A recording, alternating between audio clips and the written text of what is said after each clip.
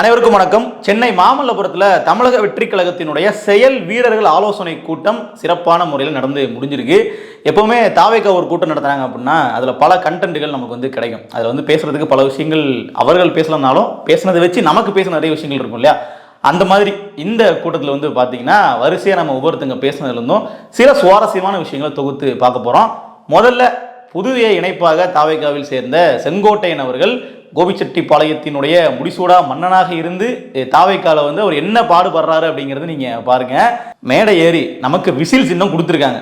ஆனா அதுக்குன்னு சொல்லி கிடைச்சதே சொல்லி ஊதாதீங்க. இங்க எல்லா இடத்துக்கும் போயிட்டு நீங்க ரொம்ப வயசானவங்க பஸ் ஸ்டாண்ட்ல இருக்காங்கன்னா நீங்க ஊதுறீங்கன்னா எரிச்சல் ஆயிடுவாங்க, நமக்கு ஓட்டு போட மாட்டாங்க. அதே மாதிரி தூங்கிட்டு இருக்கிறவங்க எல்லாம் நீங்க விசில் அடிச்சு எழுப்பி விடுற மாதிரி நேரங்காலம் தெரியாம ஊதக்கூடாது அப்படின்னு ஒரு பொறுப்பான மனிதராகவும் தமிழக வெற்றி கழகத்தின் மீது பற்று கொண்ட ஒரு பொறுப்பாளராகவும் ஒரு கருத்து ஒன்று சொல்றாருங்க. அது நீங்க கேளுங்க. அதற்கு என்ன தாவேக்கா தரப்புல இருந்து பதில் சொல்றாங்க அப்படிங்கிறத பின்னாடி பார்ப்போம்.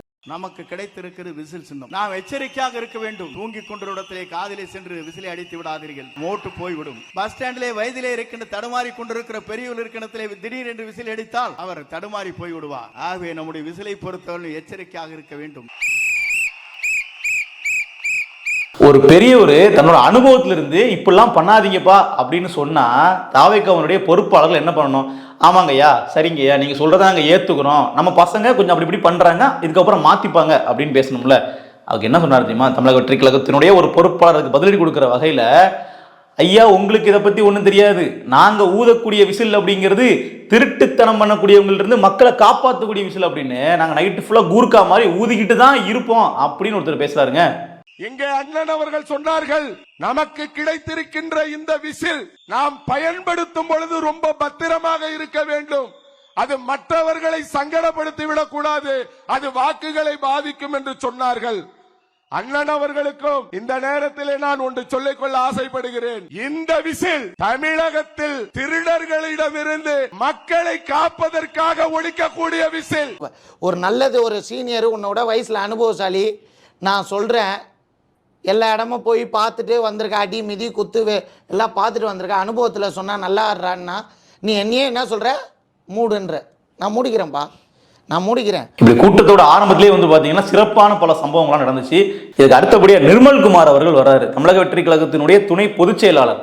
அவரும் பார்த்தீங்கன்னா செங்கோட்டையனை சும்மா விடாம அவரையே போயிட்டு கடிக்கிறாரு. என்ன சொல்றாருன்னா, தமிழக அமைச்சரவையில் இது வரைக்கும் யாராச்சும் ஒருத்தராவது மக்களுக்கு நல்லது செய்யணும்னு சொல்லி வேலை பார்த்துருக்காங்களா? எல்லாருமே மக்கள்கிட்ட கொல்ல தான் அடிக்கிறாங்கன்னு சொல்லி பொத்தாம் பொதுவாக பேசுறாங்க. அவருக்கு விஷயம் தெரிஞ்சு பேசுறாரா இல்லை தெரியாமல் பேசுறானே புரியல. கூடவே இருக்கிற செங்கோட்டையனே பார்த்தீங்கன்னா அதிமுக சார்பில் அமைச்சராக இருந்தவர் தான். நீங்கள் எந்த அமைச்சரவையை ஊழல் அமைச்சரவை, அதாவது திமுக தீய சக்தியா, அதிமுக ஊழல் சக்தியா அப்படின்னு சொல்லி பொதுப்படியாக அவர் பேசுறாரு. அப்போ அந்த ஊழல் சக்தியில இருந்த அமைச்சரவையிலிருந்து வந்தவர் இன்னைக்கு உங்க கட்சியில தான் இருக்காரு. அப்ப அவர் மட்டும் மக்கள் நலன் சார்ந்து யோசிப்பாரான்னு ஒரு கேள்வி வருது இல்ல? ஏதாவது ஒரு சீனியர் இன்னைக்கு இருக்கிற தமிழக அமைச்சர்களாக இருக்கிறவங்களும் சரி, மற்றவங்களும் சரி, யாராவது ஒருத்தர் மக்கள் நலனை மற்றும் அவங்களுடைய அனுபவத்தை மக்கள் நலனுக்காக செலவு பண்ண ஒருத்தரை சொல்லுங்க. அடுத்ததா முக்கியமான நபர், எப்பவுமே கண்டென்ட்டுக்கு பஞ்சம் இல்லாம அப்படி வாரி வழங்கி கொடுக்கிறவர் இருக்கார் இல்லையா, ஆதவ் அர்ஜுனா அவர்கள். அவர் என்ன பண்றாருன்னா கூட்டணி குறித்து பேசுறாரு. ஒரு முக்கியமான பேசப்பட வேண்டிய ஒரு விஷயம் தான் தேர்தல் மேலாண்மை பிரச்சார பொதுச் செயலாளர் ஆதவ் அர்ஜுனா என்ன சொல்றாருன்னா, கூட்டணி எங்களுக்கு தேவையில்லை.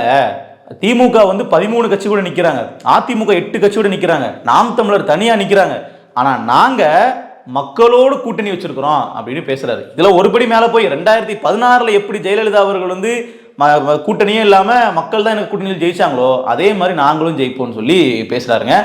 இது எனக்கு கேட்டுட்டு பதில் சொல்லாம இருக்க முடியல. என்னன்னா, யாருமே உங்களை தனியா நிக்க கூடாதுன்னு சொல்லல. இன்னும் சொல்லப்போனா விஜய் அவர்களே நாங்கள் தனித்து நின்று ஆட்சியை பிடிப்போம்னு பேசல. கடைசியில் யாருமே கூப்பிட்டு பார்த்து வரலங்கிறதுனால நீங்க இன்னைக்கு இந்த முடிவுக்கு வந்திருக்கீங்க. 2024ஆம் ஆண்டு கட்சி ஆரம்பிக்கும் போது நீங்க இந்த வார்த்தையை சொல்லியிருந்தீங்கன்னா உங்களை பார்த்து நம்ம சில்லறை சதற விட்டுருக்கலாம், நம்ம ஒரு பெருமிதமா பார்த்துருக்கலாம், அடடே பரவாயில்ல ரொம்ப தெளிவா அரசியல் பண்றாங்கன்ட்டு. அப்படி நீங்க பண்ணலையே. நீங்க கட்சி ஆரம்பிக்கும் போது என்ன பண்ணீங்க? நாங்க கூட்டணிக்கு எல்லாருக்கிட்டையும் நாங்க அழைப்பு விடுறோம், யார் வேணாலும் நீங்க கூட்டணிக்கு வரலாம், எங்களுடைய கூட்டணிக்கு வந்தீங்கன்னா ஆட்சியில் அதிகாரத்தில் பங்கு உண்டுன்னு பேசுறீங்க. அது விஜய் அவர்கள் பேசினது. ஆதவர்ஜுனா அவர்கள் பேசினது என்ன தெரியுமா? எடப்பாடி அவரை நம்பி யாரும் கூட்டணிக்கு போக மாட்டாங்க. அண்ணாமலை தனியார் நின்னாருன்னா கூட 18% ஓட்டு வாங்கிட்டாரு.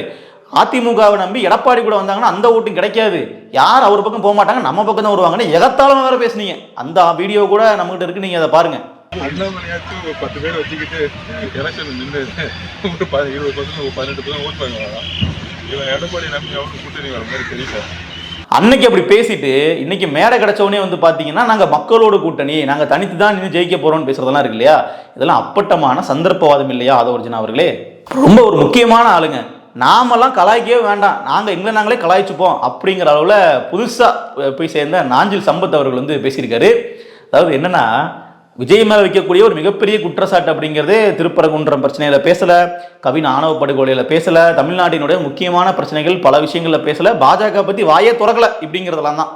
இதை நாம விமர்சனமா வைக்கிறதுங்கிறது வேற. விஜய் முன்னாடியே தாவேக்கா மேடையிலேயே வந்து அவர் சொல்றாரு, விஜய் பேசுவதே இல்லை, விஜயை குறித்து தான் நாம் பேசிக் கொண்டிருக்கிறோம், மற்றவர்கள் பேசிக் கொண்டிருக்கிறார்கள், விஜய் பேசுவதே இல்லைன்னு சொல்றாருங்க.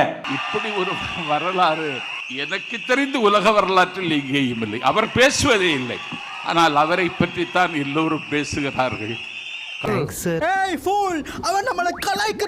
எவ்வளவு கூத்து பண்ணிருக்காங்க பாத்தீங்களா? இதுக்கப்புறம் கடைசியா தான் வந்தாரு நம்ம விநாயக் அப்படிங்கிற மாதிரி விஜய் அவர்கள் வந்து வந்தாரு.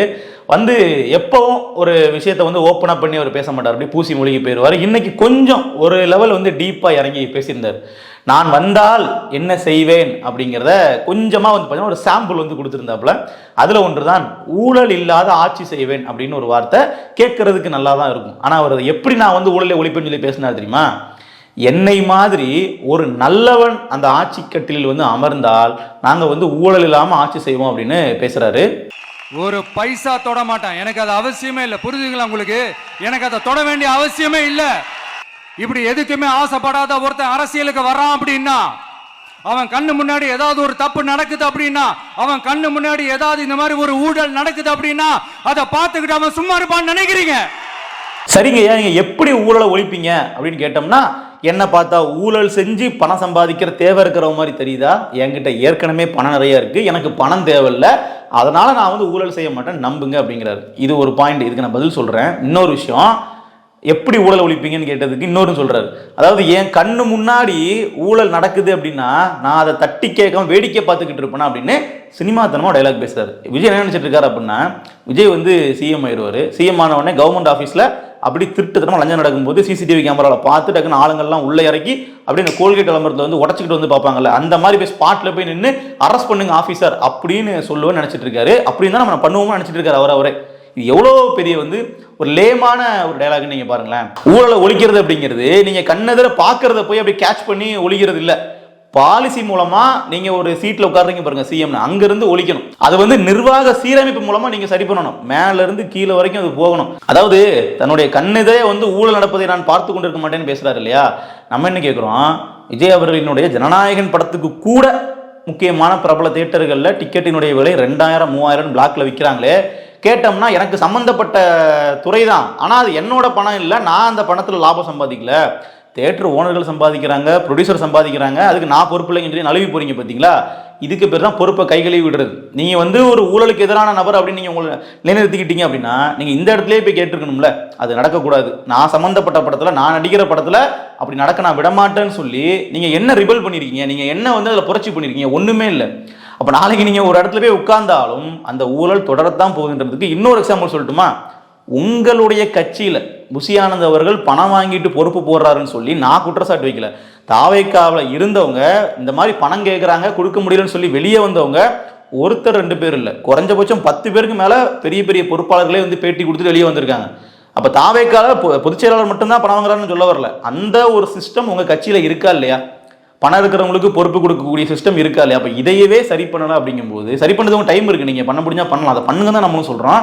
இதையே பண்ணலாம் அப்படிங்கும்போது நீங்க தமிழ்நாட்டு லெவல்ல ஒட்டுமொத்தமா எல்லா அரசு அலுவலகங்கள் ஒட்டுமொத்த அமைப்பையே நான் சரி பண்ண போறேன் அப்படின்னு சொல்றது எந்த மாதிரியான ஒரு வேடிக்கையா இருக்குன்னு பாருங்க. உங்களுடைய சினிமா துறையிலையும் நீங்க சரி பண்ணல. நீங்க அரசியல் கட்சி ஆரம்பிச்சு 2 ஆண்டுகள்ல உங்க கட்சிக்குள்ள நடந்த ஊழலையுமே வந்து நீங்க என்ன பண்ணல, முறைப்படுத்தல அப்படின்னா நீங்க எதை வந்து மாற்ற போறீங்க, தமிழ்நாட்டுக்கு என்ன மாற்றத்தை கொண்டு வர போறீங்க அப்படிங்கிற கேள்வியை சாமானிய மக்கள் ஒருவனாக நானும் எழுப்புகிறேன். இதுக்கு தாவேக தரப்புல இருந்து பதில் சொல்லுங்க.